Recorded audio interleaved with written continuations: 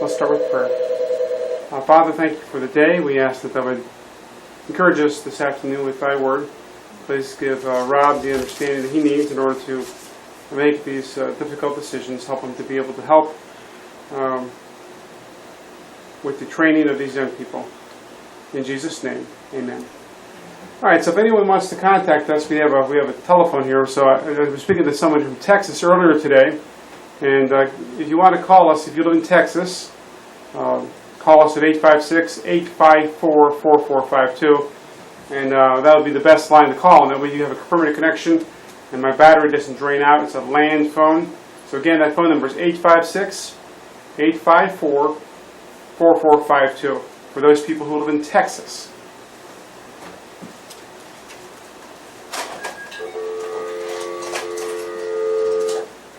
I also have uploaded the quiz. There was a problem with the quiz. I discovered with some help of some smart people. I was able to get the quiz fixed for the online people that want to get to it. So you go to BFTBC.org. That's BFTBC.org/Genesis. Click on quizzes, then scroll down to quiz 40, and that's the quiz that we are on today. And so we'll start with question number 1. Bill, go ahead and do question number 1, please. Who offended the king of Egypt? The butler and the baker. The butler and the baker, they both offended the king of Egypt, and so they were put into prison, put into ward, along with Joseph. Let's see if this is our call here.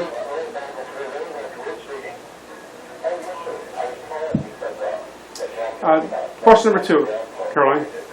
In whose house was Joseph bound? The captain? Yeah, the captain of the guard's house. That's right. You're already on the phone. He was bound in the captain of the guard's house. He's buzzing you. Yes. You're already Okay. on the phone. I got it. This is Jacob. Hi, Jacob. How you doing? Good. Jacob, are you there? Okay. Good. Yes. I'm talking to you. I'm glad you got connected. That's good. Dr. Waite needs to hang up. That's good. Okay. That's good. That's good. That's a better connection. No, you're on number 3. Okay. Tammy, question number 3, please. All right. Who was charged with the care of Pharaoh's officers? From Genesis 42-4. Joseph. Joseph. Yeah, Joseph was given that charge. He was the one to watch over the baker and the butler. Did you find that quiz, Jacob? I got that uploaded. I didn't get an email to you to tell you it was uploaded, but it should work now. All right. I'm doing it right now. Okay, but we'll come back to you for the next question. Okay. Okay. Question number 4, Bill. Who dreamed a dream in the same night? The butler did it, and the baker. The butler, yes, yes. They both dreamed the dream in the same night. They have different dreams, but nonetheless, they both dreamed the dream in the same night. And Caroline, number 5, please. Who noticed that some of the prisoners were sad? Joseph? Hey, Joseph, you noticed that the butler and the baker, they had a sad countenance, and he inquired about it. He was wondering why they were sad. And Tammy, number 6, please. To whom do interpretations belong? Genesis 40, verse 8. God. The interpretations belong to God. They always belong to God, no matter what the case is. And today, people are into dream interpretations and what they mean, and all these different things. People, some strange people in the early part of the last century, in the middle part of the last century, wanted to read into all this dream stuff. Well, they're always into symbolism. Yes. Or ideas of their own. When God interprets a dream, it's because He knows the heart Yes. of the person who's doing the dreaming. He knows where the dream comes from. That's right. He does. He does. Jacob, question number, I guess it's 7, is it? You know what, Pastor Dan, I'm still having trouble with this ain't coming up. Why don't you hit a refresh? Oh, yeah, I got it. Did it come up?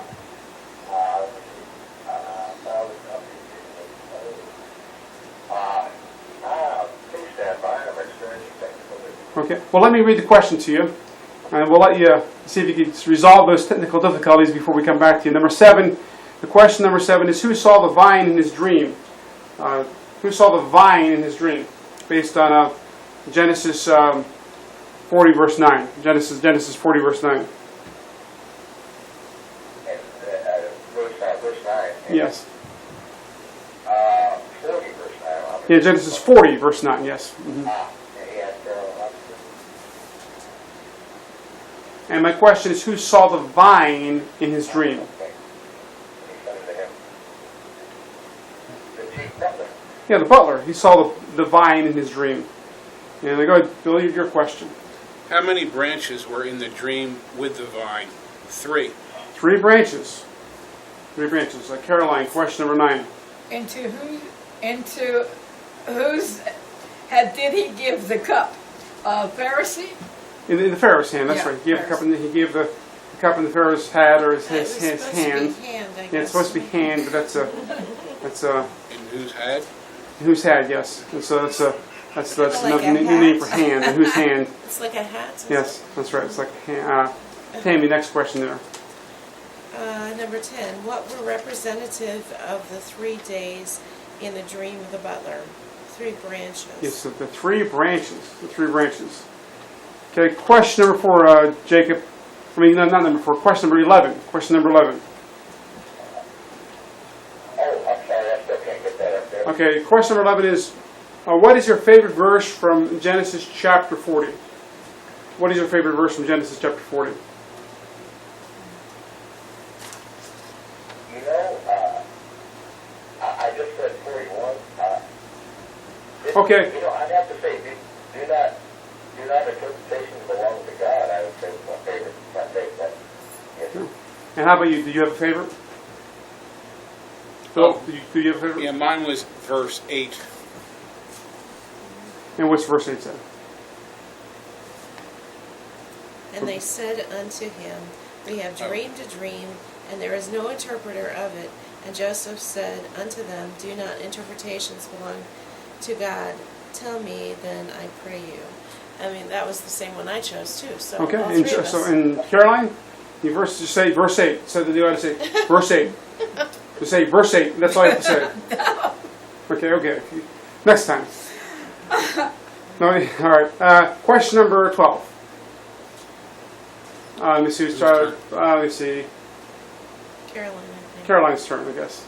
Who was going to be restored to his former position? The butler? The butler. That's right. The butler was going to be restored to his former position. And Jacob, number 13. Number 13 is in how many days would he be restored from his former position, or to his former position? Within 3 days. Within 3 days. That's correct. Within 3 days. Bill, number 14. Who said, Bring me out of this house? Joseph. Joseph said that. That's right. And Tammy, number 15. From what country did Joseph say he was stolen? Genesis 40, verse 15. The land of the Hebrews. The land of the Hebrews. That's right. And Caroline, question number 16. Who saw 3 white baskets in his dream? Joseph? Joseph, he was helping the baker out who saw them. So the baker was the one that saw the baskets. Oh. It seemed like they were piled on top of each other, these 3 baskets. And number 17, Jacob, number 17 says, who ate the food that was in the uttermost basket? That would be the bird. The birds. That's right. The birds ate the food. It wasn't the horses. No, it wasn't the horses. It was the birds. And Bill, what's your answer for the number 18? What were the representative of 3 baskets in the dream of the baker? 3 days. 3 days. They represented 3 days. Both of them had something that represented 3 days in their dream. And Caroline, number 19. Who had a birthday and what did he do to deserve it in Genesis? Pharisee? The Pharaoh. Yeah, Pharaoh. He had a birthday, and he made a big feast. And Tammy, what key event can you appreciate from Genesis chapter 40? Well, I mean, it seems like kind of a funny one, but the fact that the butler forgot Joseph and how God uses that in his time to Yes. keep Joseph in prison, so he's in the place where he needs to be so that when the butler does remember him, he'll be there. So under God's providence. Yes, that's right. How about you, Bill? What's something you can appreciate from... I wrote verse 1 on here, but later on I was thinking that verse 23 would have been a more instructive verse Okay. on that, because the butler didn't remember Joseph yet. Right. That's right. He didn't remember Joseph yet. And Jacob. Pardon me, Jacob. What's something that you, what's a key event you could appreciate from Genesis chapter 40?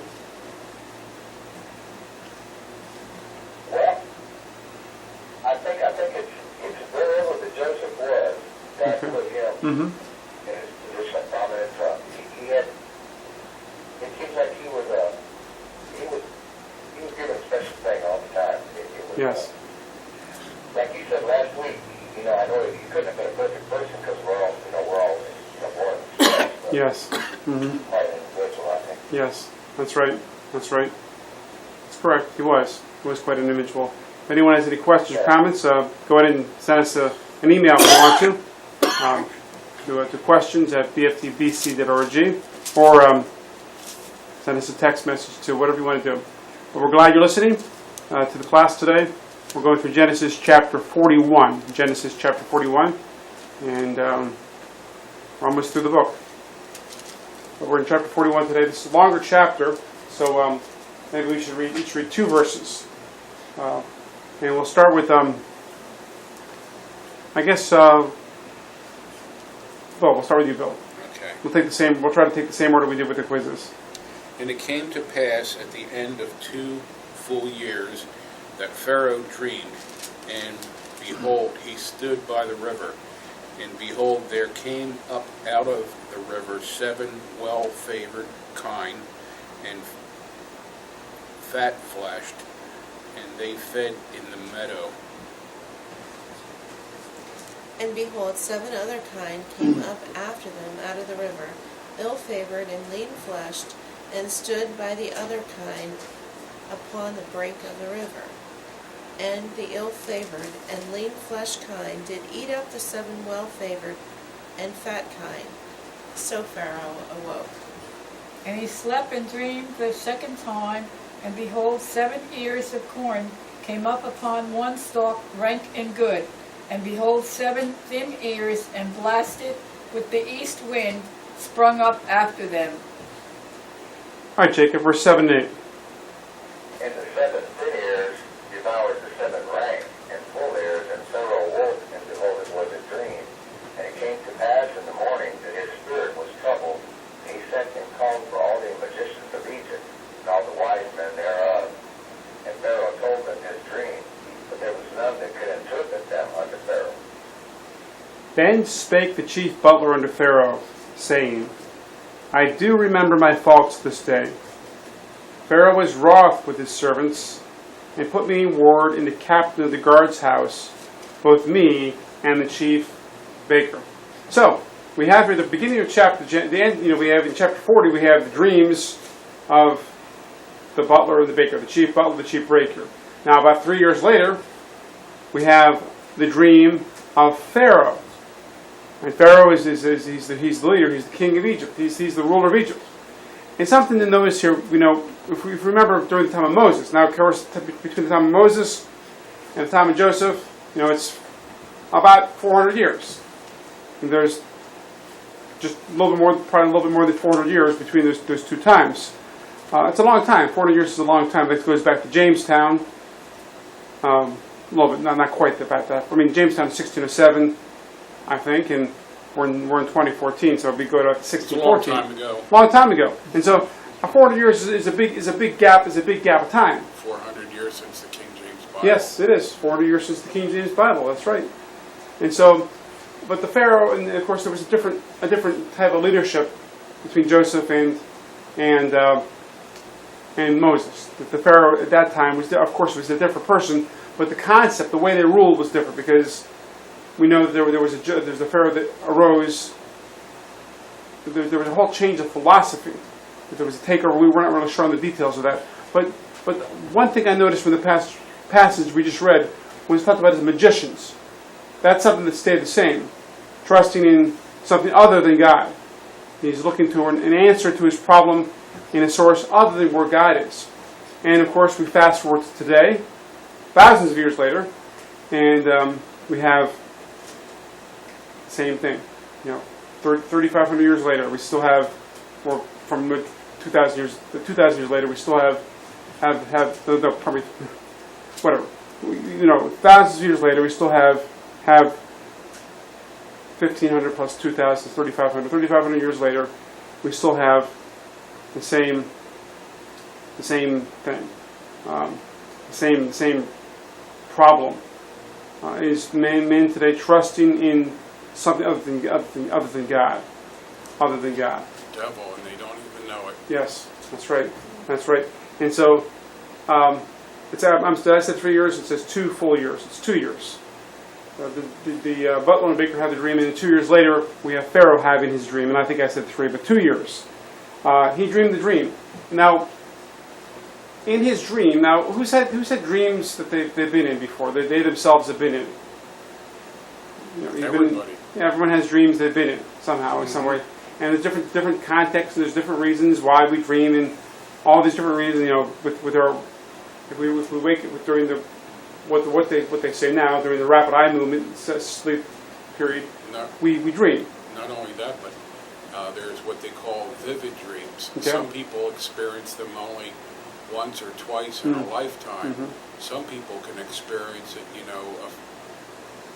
a number of times. Yes. And those are dreams that seem so real. And even after you wake up for hours, you still believe what you saw in that dream. Right. That's right. And that sounds like what he's talking about here. Yes, he is. Caroline, you have something to say about the dreams? Yeah, I was going to say that's not the same thing as like when you visualize somebody being in the house or a movement behind you. That's not a dream or anything like that, is it? No, that's something else. Oh, okay. No, that's something else. But Pharaoh here, he had this dream.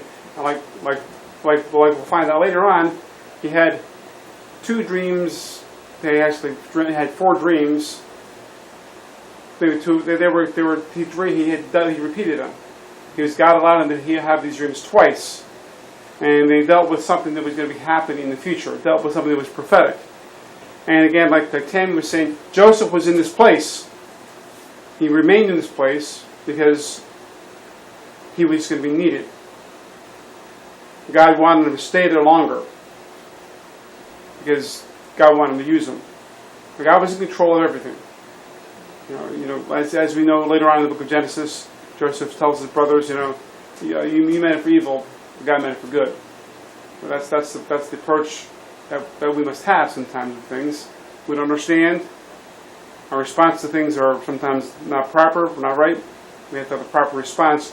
And so, in his dream, Pharaoh he's standing by the river. And we have rivers around here, all sorts of rivers. And in his dream we have, what came out of the river? Jacob, what came out of the river? 7 fat kine. 7 fat kine. And have you ever raised any kine, Jacob? No, sir, not personally. But do you know people that have? Oh, yes, sir. Okay. And is it good to have a fat kine or a lean kine? Well, you want to have some fat ones. Yeah, that's what you want to have, ones that have some meat on them, right? Kine is another word for, is that same thing as a cow of some sort, some type of animal with beef on it and so forth. And so he's here by the river, and then we have other coming out of the river, 7 well-favored kine as they fed in the meadow. And then verse 3, what do we have in verse 3?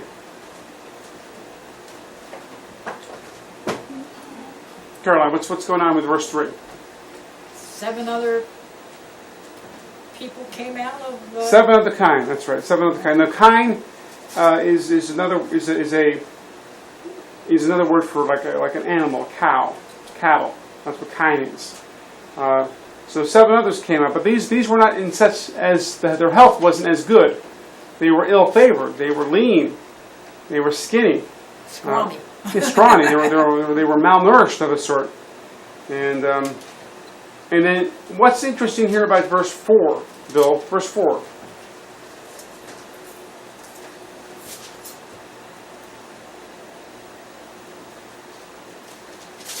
Well, it sounds like the leaner cows did eat up seven other cows. That's right. Now, cows don't normally eat cows. No, they don't. That would be peculiar That in seems itself. strange, It would yeah. be. I mean, it's strange to Pharaoh too. It does seem peculiar, but you would think that the if any cow would be, if the cows were to eat the cows, it'd be the bigger cows would eat the smaller cows. You know, the skinny cows would get eaten up by the bigger. This is symbolic of Hungry something, cows. which is Yes. why Pharaoh was disturbed. Yes, he was. He was. And so we have the lean cows eating up the skinny and the ill-favored cows. And again, Pharaoh was standing by the bank of the river. And then it says in verse 5, he dreamed the second time. He dreamed the second time, and we have another dream. We have ears of corn. Now, who's had corn this? Jacob, you grow any corn this summer? No, last time I grew corn around here, the birthday hit, but we had a we've had famine for a lot of years. This Okay. is not so bad. All right. Yeah, it takes a lot of water. It does. It does. And have you had any sweet corn this year? Anybody? Yes. Okay, Bill, you had any sweet corn? No. Not sweet corn, no. Okay. Caroline? No. I usually get the frozen corn. It Frozen comes in corn? bags. I've seen that. Yeah. It's I don't often buy fresh it's corn. it's consistently good, the frozen corn usually. Yeah. I mean, very rarely would you have a bad bag of frozen corn. But see, corn. I mean, this is at one point in time I learned, that corn, came on a cob. It was on a cob. When I was a kid, Yeah. I used to eat it on Yeah. the cob all the time. Right, because I was at one point in time I was used to coming in the bag and saying this is it's It's a lot Yeah. easier. and I remember one time having corn in the cob and it was taken off the cob, and I went to my aunt's house, I think it was, and she had gotten some fresh corn and she cooked it, but yet she cut it off the cob, and so I thought how can you have corn in the cob without the cob? But anyway, because it was fresh corn, but it was cooked and taken off the cob. I can't tell the difference. After it was cooked. And so here we have Pharaoh is dreaming of corn, and we have some healthy corn, and we have some corn that's not healthy, and the same thing happens. We have the unhealthy corn devouring. The Bible says devouring the lean-fleshed corn. So it says the rank in verse 7. It says, and the 7 thin ears devoured the 7 rank and full ears, and Pharaoh awoke, and behold, it was a dream. And so Pharaoh had an interesting dream. He had 2 of them, and actually they were somewhat repeated, weren't they? They were connected and related to one another, but he didn't know the connection, and he was troubled. And so it says that in verse 8 that he was troubled. And who did he call? Who did he send for, Jacob? The magicians of Egypt and the wise men. He sent for the magicians of Egypt, and then the wise men that were part of the area. He sent for these men because he wanted them to tell him what the dream was about. But were they able to? Nope. They weren't able to tell him what the dream was about. It makes you wonder if that dream was possibly sent to Pharaoh specifically by God. Yes, I think it was. I think it was a deliberate dream that God caused him to have, and I think the dream of the butler and the baker were something that God caused them to have because it was prophetic. And all 3 dreams were prophetic dreams of a sort.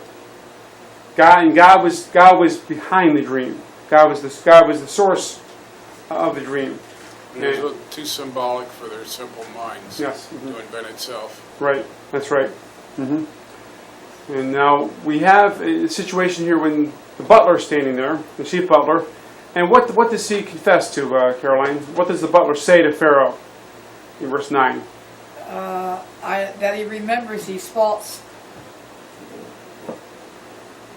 Yes, he remembers his faults, and he remember that he tells Pharaoh, you were upset with me one time, and you were also upset with the baker. And the result of that being upset with us was, That's all it says. what's that? That's all it says. Yes. It says, Oh, they were put in prison. they were put in prison. That's all it says. The Pharaoh was wroth with his servants, and put me in ward in the captain of the guard's house, both me and the chief baker. Now we know, because we're familiar with this passage, what happens next. But let's read the verses. And Bill, with verse 11, please. We're reading 2 verses each. Okay. And we dreamed a dream in one night, I and he. We dreamed each man according to the interpretation of his dream. And there was there with us a young man, a Hebrew servant to the captain of the guard, and we told him, and he interpreted to us our dreams. To each man according to his dream he did interpret. And it came to pass, as he interpreted to us, so it was. Me he restored unto mine office, and him he hanged. Then Pharaoh sent and called Joseph, and they brought him hastily out of the dungeon. And he shaved himself, and changed his raiment, and came in unto Pharaoh. And Pharaoh said unto Joseph, I have dreamed a dream, and there is none that can interpret it. And I have heard say of thee that thou canst understand a dream to interpret it. And Joseph answered Pharaoh, saying, It is not in me. God shall give Pharaoh an answer of peace. All right, Jacob, 17 and 18. And Pharaoh said unto Joseph, In my dream, behold, I stood upon the bank of the river.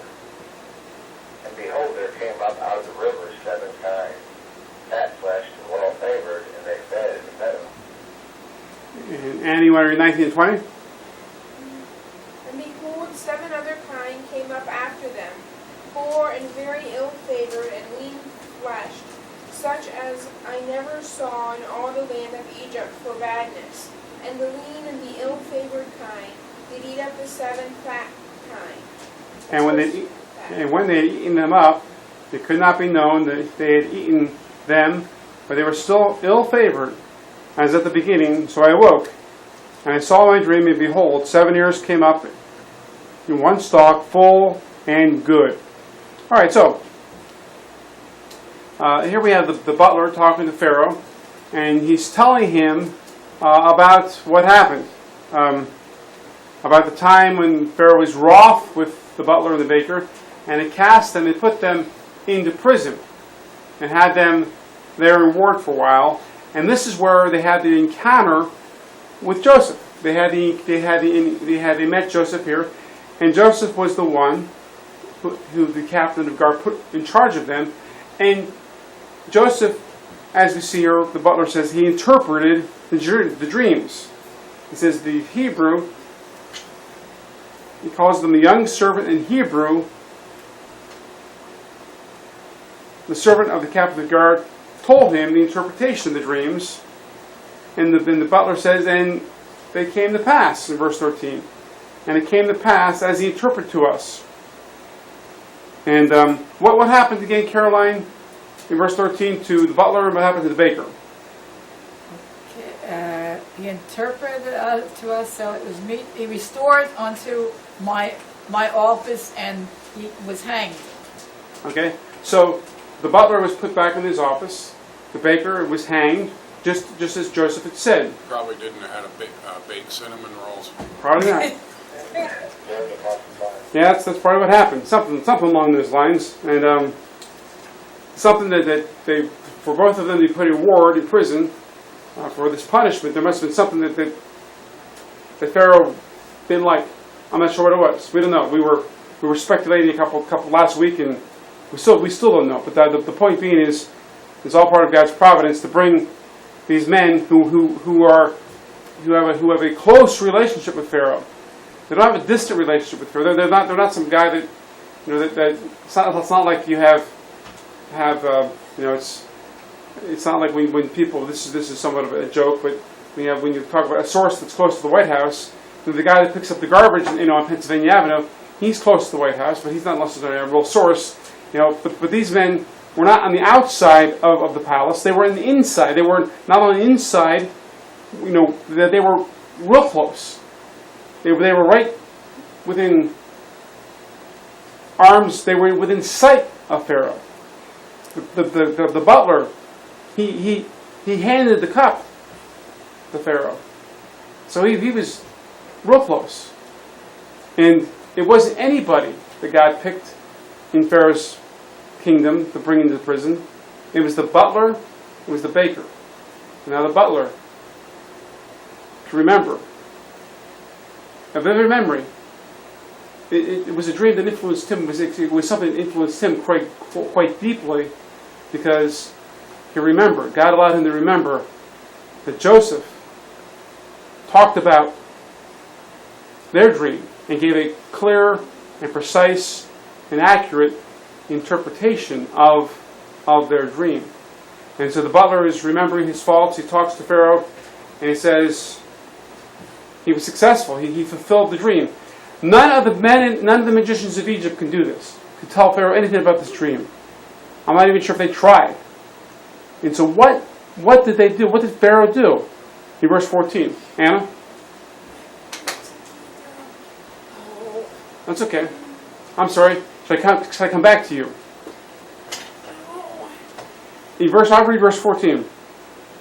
Then Pharaoh sent and called Joseph, and they brought him hastily out of the dungeon, and he shaved himself and changed his raiment, and came in unto Pharaoh. So we have Pharaoh calling Joseph, getting him hastily out of the jail, out of the prison. And Joseph shaves himself, he changes his raiment, and he came in unto Pharaoh. Now Joseph here, he's not a professional dream interpreter, but he's not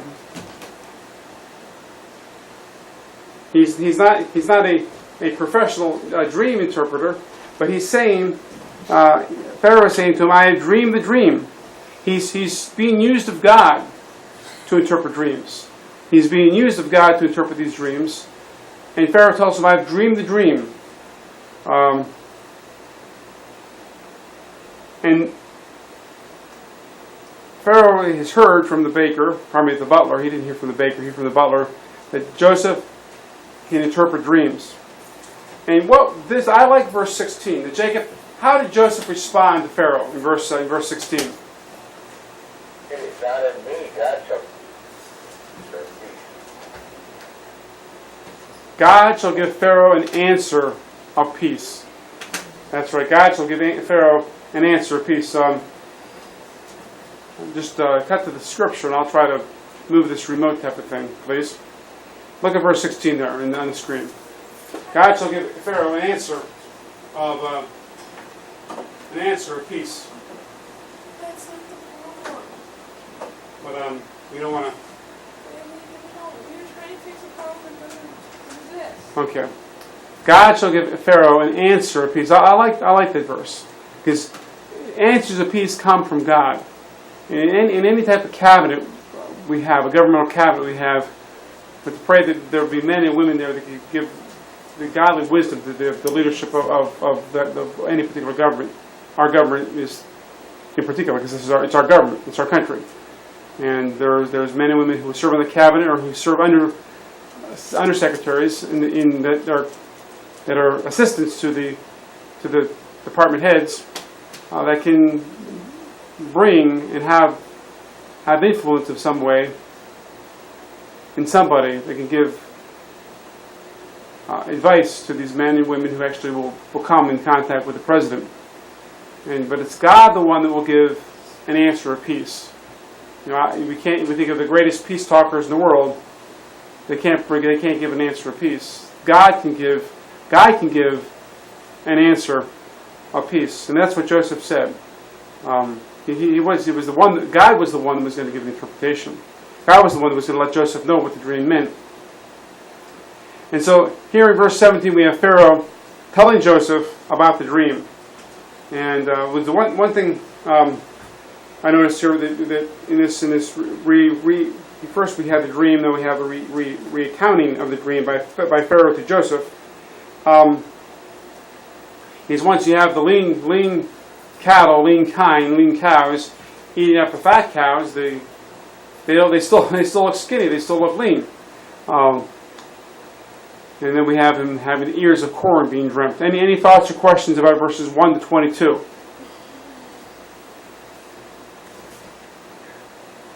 Yes, Jacob. In verse 21, and when they had eaten them up, it could not be known that they had eaten them, but they were still ill-favored as at the beginning. Yes, that's right. They got no nutrition out of it, I guess. No, they They didn't get any bigger either. They didn't get any bigger either. You know, I think if I ate a whole cow, I think I would have to loosen my belt a couple notches. But no, but they look, like you said, verse 21. They didn't look like they still look sick and famished, and they needed to eat some more. But they needed to eat a couple milkshakes or something. I'm not sure. But I think the cow had a tapeworm, and the cow that he ate had a tapeworm. maybe that could be. But this is the dream, and that's why it was so. First of all, like Bill says, cows don't eat cows. At least not whole, not wholly. They're not alligators. They're strictly vegetarian. Yes. And we have the corn devouring other corn, and so The corn doesn't even eat. the corn doesn't even eat. You know, At and least so not not that we think, not that we think it does. Not like we eat, and not like animals eat. And it was a very terrifying. So Pharaoh here is in the middle of telling Joseph this dream. Now let's read some more verses. Unless anyone has more comments. Any more comments? And if you want to sit up here, you may. It's okay if you want to. There's a spot right here. There's a spot right next to Mother. If you want to, you don't have to, but if you want to. Let's sit somewhere else. You can sit in the front row. So let's read the next verse. The next verses, 2 verses each. Go ahead, Bill. And behold, 7 ears, withered thin, and blasted with the east wind, sprung up after them. And the thin ears devoured the 7 good ears. And I told this unto the magicians, but there was none that could declare it to me. And Joseph said unto Pharaoh, The dream of Pharaoh is one. God hath showed Pharaoh what he is about to do. The 7 good kine are 7 years, and the 7 good ears are 7 years. The dream is one. And the 7 thin and ill-favored kine that came up after them are 7 years, and the 7 empty ears blasted with the east wind shall be 7 years of famine. This is the thing which I have spoken unto Pharaoh. What God is about to do, he showed unto Pharaoh. Behold, there come 7 years of great plenty throughout all the land of Egypt, and there shall arise after them 7 years of famine, and all the plenty shall be forgotten in the land of Egypt, and the famine shall consume the land. All right, Jacob, 31 and 32, please. And the plenty shall not be known of the land by reason of the famine following, for it shall be very grievous. And for that the dream was doubled unto Pharaoh twice, it is because the thing is established by God, and God will shortly bring it to pass. I think verse 21 is the key to understanding that. But for him, I couldn't understand it, somebody told me that. Yes. God will bring it to pass. God is going to explain it. Now, verse 33. Now, therefore, let Pharaoh look out a man discreet and wise, and set him over the land of Egypt. Let Pharaoh do this, and let him appoint officers over the land, and take up a 5th part of the land of Egypt in the 7 plenteous years. And so we have here again Joseph talking about what happened. I mean, not Joseph, the Pharaoh talking about what happened in his dream. He's continuing on. He's talking about the ears, the ears that are all withered, devouring, eating up, consuming the fat ears, the healthy ears of corn. And Joseph told Pharaoh in verse 25, the dream is one. In other words, both the dreams are related. He had the dream of the cows the dream of the corn. And both these dreams are interlocked and they're related to one another. And so both of them deal with the word 7. Both with the cows and with the corn. Tammy. So you're saying there's just one interpretation for both Yes. dreams? There's one interpretation, but the dream is one. So we have kind of the double, but the parallel interpretation is the same. Because we have the number 7, and 7 represented 7 years. The first 7, what we first saw first was the healthy cows, the healthy kine. And then after he saw the healthy corn. And this represents, as Joseph said, as God had told him, healthy years to come, 7 years to come.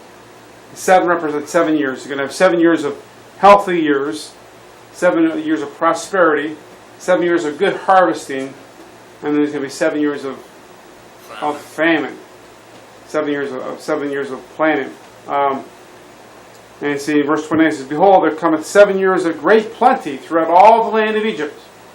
Verse 29, great plenty, a lot, an abundance of food. But then, verse 30, after that, after the 7 years of great plenty, will be 7 years of famine.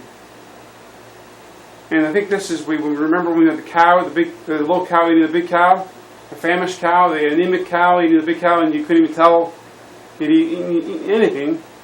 It says, "And all the plenty shall be forgotten." All the plenty shall be forgotten in the land of Egypt. The famine shall consume the land. Consume the land.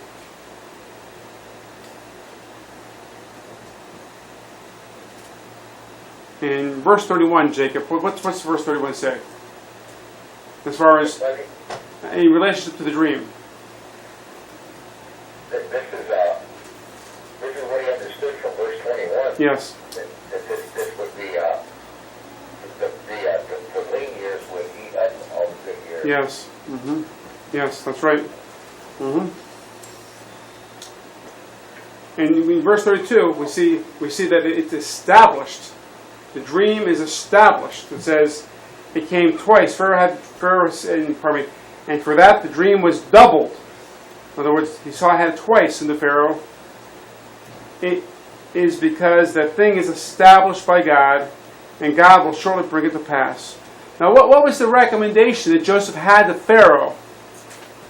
What did he recommend him to do? Later on in these next verses, verse 34. Find a discreet and wise man to put over the land of Egypt. Yes. Find a discreet and wise man to put over the land of Egypt. And what was the recommendation? And what percentage did he recommend that they would save and they would put aside? I think it was 1/5 1/5. of the land.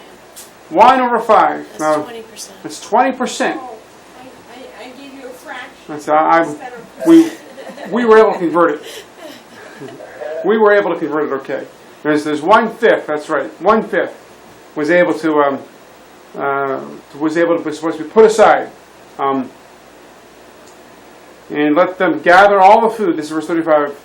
Those good years that come, and lay up the corn under the hand of Pharaoh, and let them keep the food in the cities. So we're supposed to put this corn in reserves. Save it. Because we're going to need it. 7 plenteous years. Again, 7 years of famine. And they're not saving half the corn. You know, but the demonstration is it's plenteous years. It's more. It's not normal harvesting. It's a lot more, an abundance of more than they usually have, because they're not saving half their harvest. So we see this harvest this year. We're going to save the other half for 7 years down the road. And it's only a fifth, 20%. 20%, and it was enough not just for Egypt, but it was enough for other countries as well to come and to barter to get this food. There was very abundance of prosperity. Remember any crops that you were familiar with, Tammy, in farming, as far as good years, bad years of harvesting? People talk, farm talk you've heard around in your lifetime? No, I don't really remember the farm talk. Okay. How about you, Jacob? Have you been around any farm talk? No, we just barely got a garden, and we don't do too well with that most of the time. Okay, all right. You know, but people talk about so many. They get yield of so much per acre. You know, 50 bushels per acre, depending, or it depends on what you're harvesting. Each piece of produce has a different level of yield, whether it's corn, whether it's beans, whether it's wheat. Tammy, What I do remember is the price of the pork bellies. the pork bellies. Yes. Yes. And how it would go down or up, or I guess maybe the price of corn. And my grandfather, I mean, people out east, they watch the stocks and the bonds. Mhm. I mean, that was my experience when I was in high school. I went to Ridgewood, New Jersey on a student exchange, and they were talking about the stocks and the bonds, and they were watching that and the you know, Wall Street. And when I would sit at my grandpa's, and he would sit in his leather chair, and he'd be watching them talking about different crop prices, and he'd, you know, just be reacting, you know. Right. It was interesting. Mm-hmm. That's right. All right, so do we read verse 35 or not? Well, but we discussed it. Okay, so let's read verse 36. Bill, read. Oh, you discussed 36 too. Okay, we'll read verse 37. 37. And the thing was good in the eyes of Pharaoh, and in the eyes of all his servants. And Pharaoh said unto his servants, Can we find such a one as this? Is a man in whom the Spirit of God is? And Pharaoh said unto Joseph, Forasmuch as God hath showed thee all this, there is none so discreet and wise as thou art. Thou shalt be over my house, and according unto thy word shall all my people be ruled. Only in the throne will I be greater than thou. And Pharaoh said unto Joseph, See, I have set thee over all the land of Egypt. And Pharaoh took off his ring from his hand, and put it upon Joseph's hand, and arrayed him in vestals of fine linen, and put a gold chain about his neck. Jacob, 43 and 44. And he made him to ride in the second chariot which he had, and they cried before him, Bow the knee. And he made him ruler over all the land of Egypt. Pharaoh said unto Joseph, I am Pharaoh, without thee shall no man lift up his hand or foot in all the land of Egypt. And 45 and 46. And Pharaoh called Joseph's name Zaphnath-Paaneah, and he gave him to wife Asenath, the daughter of Potiphar, priest of On. And Joseph went out over all the land of Egypt. And Joseph was 30 years old when he stood before Pharaoh, king of Egypt. And Joseph went out from the presence of Pharaoh and went throughout all the land of Egypt. And in the 7 plenteous years, the earth brought forth by handfuls.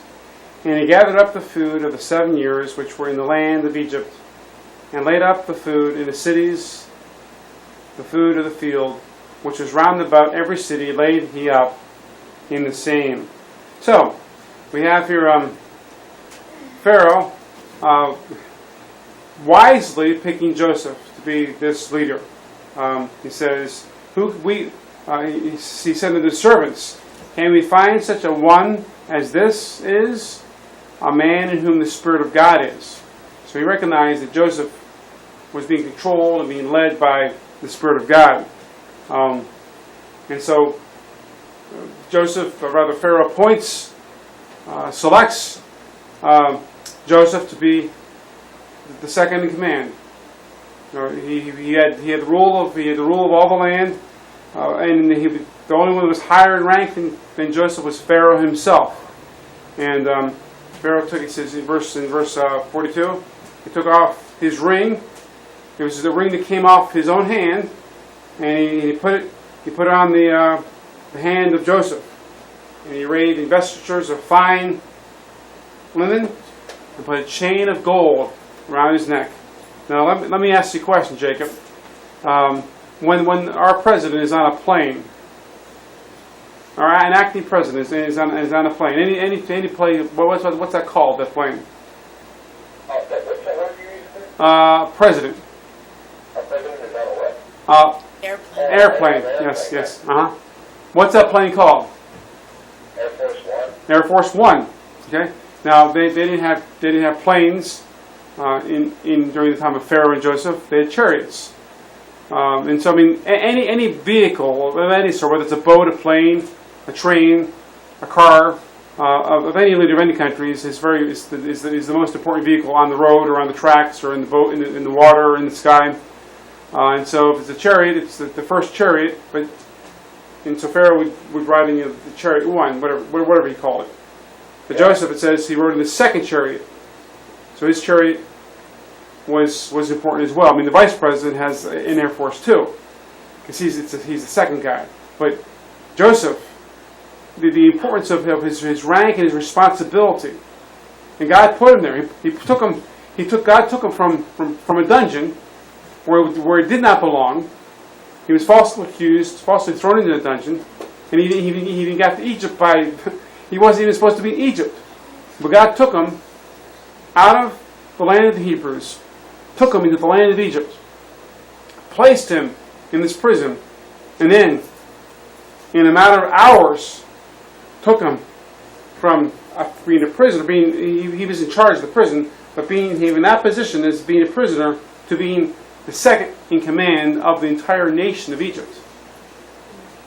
And given the responsibility of saving and storing this food to preserve the welfare of the Egyptians.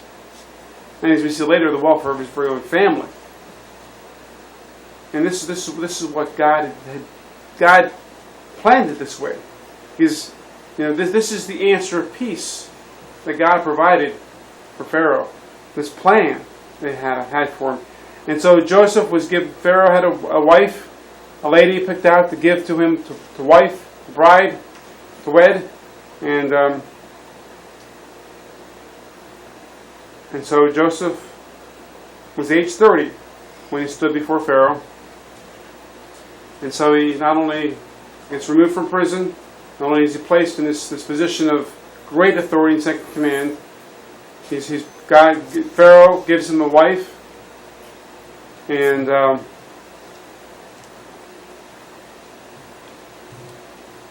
it says, the 7 plenteous years the earth brought forth by handfuls. By handfuls. I was watching somebody harvest some tomatoes recently. They're really these small little tomatoes, and there was probably maybe 10 or 12 plants, maybe more, maybe less, 8. I'm not sure how many plants there were, but it just took up a smaller area, maybe a 3 foot by 4 foot by 4 foot area. I'm not sure how much area it took, but a very small area. But yet they were harvesting these tomatoes, I think by handfuls, and there was like a basket full of them. I mean, it was a small basket, but yet it was a basket. And there's probably, 5-10 pounds of tomatoes in there. Perhaps 10 is a little bit too high of a number, but 5 is more closer number.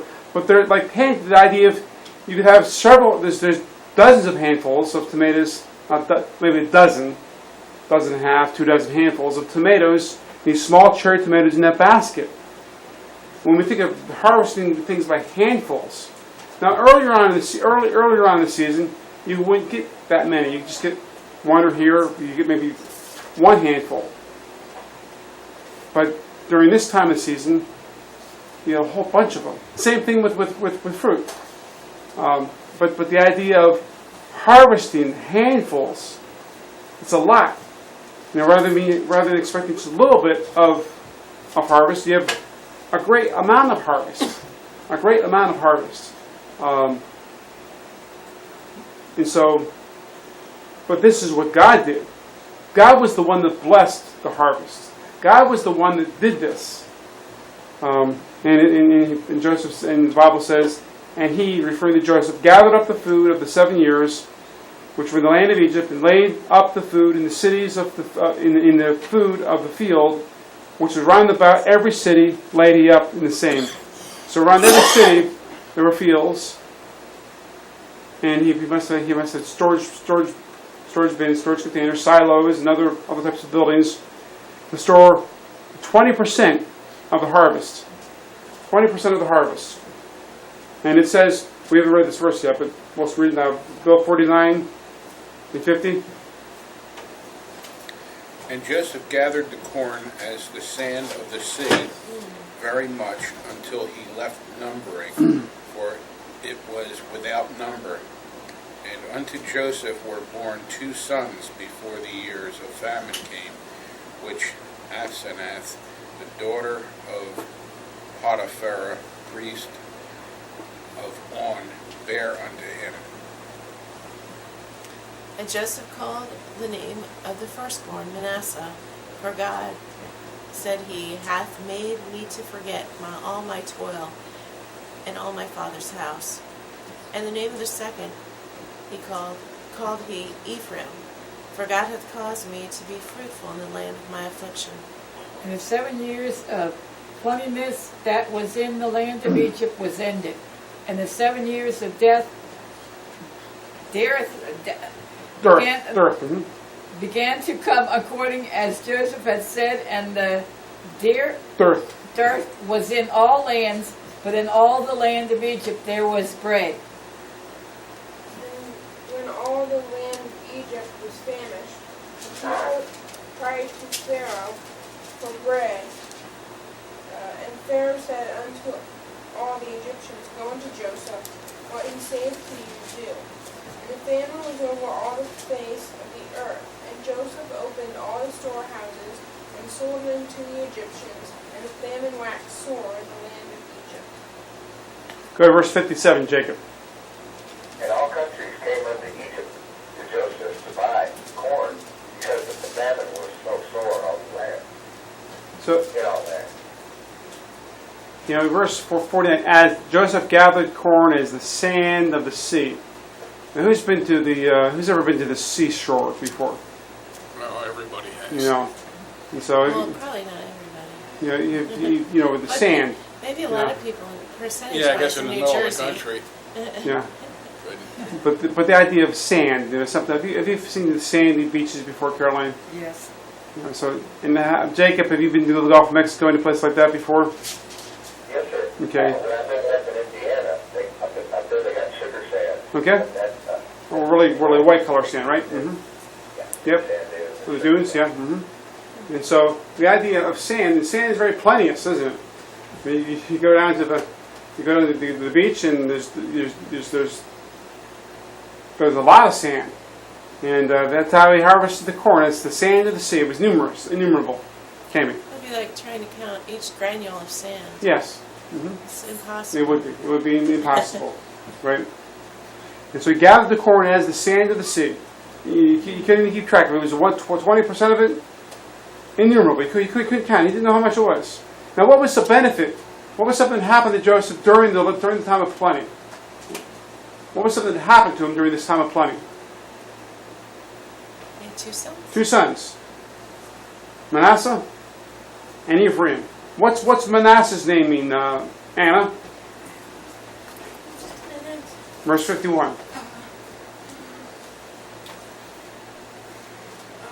Manasseh's name means, I think it means something about forgetting trouble. Yes, that's right. God caused me to forget all my trouble and my toil. That's right. And Jacob, what does Ephraim mean? It means he caused him to be fruitful in the land of his affliction. Yes. And then after his 2 sons were born, what came to an end? Tammy, in verse 53. The years of plenty. They ended. They stopped. They came to an end. And then what was to follow? Bill, in verse 54, what followed the years of plenty? 7 years of dearth. Just like Joseph had told Pharaoh. Just like God had planned it. 7 years of plenty. And the beginning of 7 years of dearth. And verse 55, when all the land of Egypt was famished, the people cried to Pharaoh, Give us bread. And Pharaoh said to all the Egyptians, Go unto Joseph, what he saith to you. So the Egyptians, they ran out of food. They themselves, on a personal level, were not laying in store 20%. but on a national level, the national government was Pharaoh and Joseph, and perhaps the Egyptians weren't aware of the famine that was coming.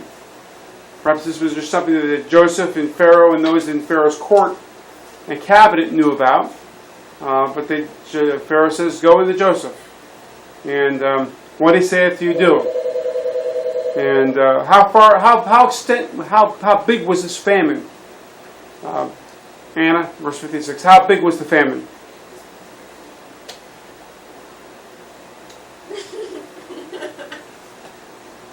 Okay, I'm sorry. How big was it? It was quite extensive because it extended to countries surrounding. What says all over the face of the Yes. earth. Mm-hmm. So it's worldwide. Yep. Could be worldwide, or at least if it's not, it's all over the face of the earth. It's within walking distance of Egypt. Within in that time period, travel commuting distance. Not a day trip. It's not a day trip. No, I mean, the walking. In other words, our concept of commuting travel is different now because we have automobiles and airplanes. Just think of the times during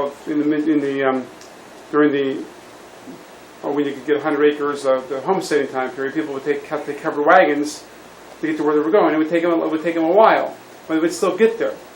And so, definitely in the greater Middle East, this was the word that extended the famine all over the land. If they could get there, traveling, taking a month to get someplace, it would be doable. We can't perceive of taking a month to get someplace. Even taking, it's just it's not. We can't picture that. But before the advent of planes, trains, cars, you had to take something, walk there, take a horse, take some wagons, cover some oxen pulling wagons, that type of thing. It would take a while, but you could still get there. And so it was all over the land. And what did Joseph do, Jacob, in verse 56? What did he do? He opened all the storehouses and sold them to the Egyptians. Mm-hmm, that's right. And verse 57, Anna, who else came?